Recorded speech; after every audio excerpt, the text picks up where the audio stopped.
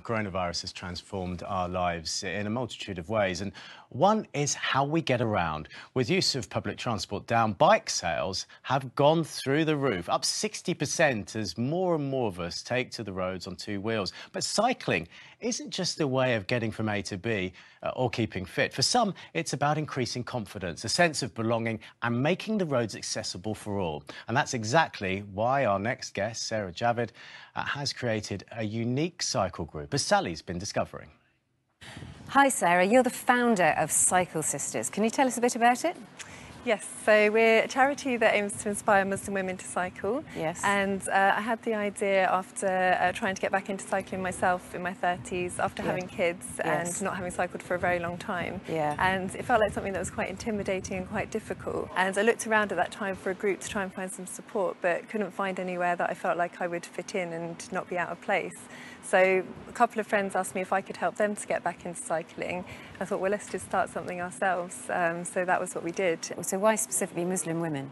So I think there's certain needs that Muslim women have, and you want to feel comfortable and know that these needs are met to be able to try cycling. So that includes things like knowing that it's going to be a space where you can wear whatever you want to cycle. Yeah. Is there an issue with headscarves and helmets?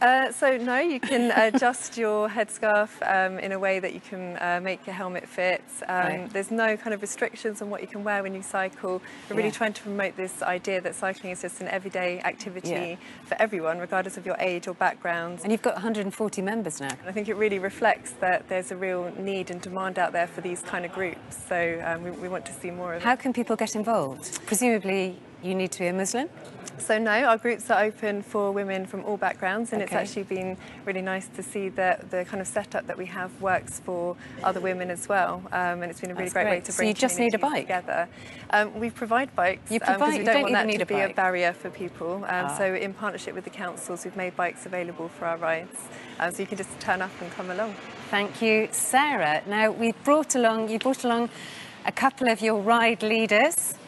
Hi there, Rukaiya and Naila. It's very good to meet you. Why did you both decide to join the group, and what do you get out of it? I enjoy riding in a group with fellow ladies who I've met throughout my couple of years cycling with the group, and I like to give something back to the group. So I've trained as a ride leader so I can help other Muslim women and non-Muslim women as well. And Rukaiya, I had a terrible, almost breakdown moment with my 3 boys when I took them on a bike ride and the chain came off one of their bikes and I couldn't fix it. You've enjoyed the maintenance aspect too, haven't you? Yes. So as a ride leader, we do a basic maintenance course, which involves dealing with punctures.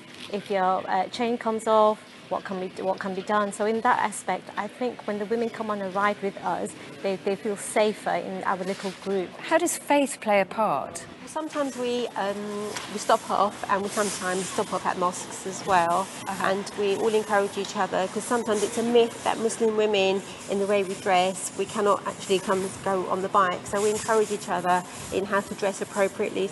And Rukaiya, there's a very special bit for you, isn't there? Of course, yes. So all our rides involved having a coffee and cake stop, which I think everybody needs. It's an absolute pleasure to meet you. Thank you so much, all of you, for coming in. Thank you. And it's back to you, Sean.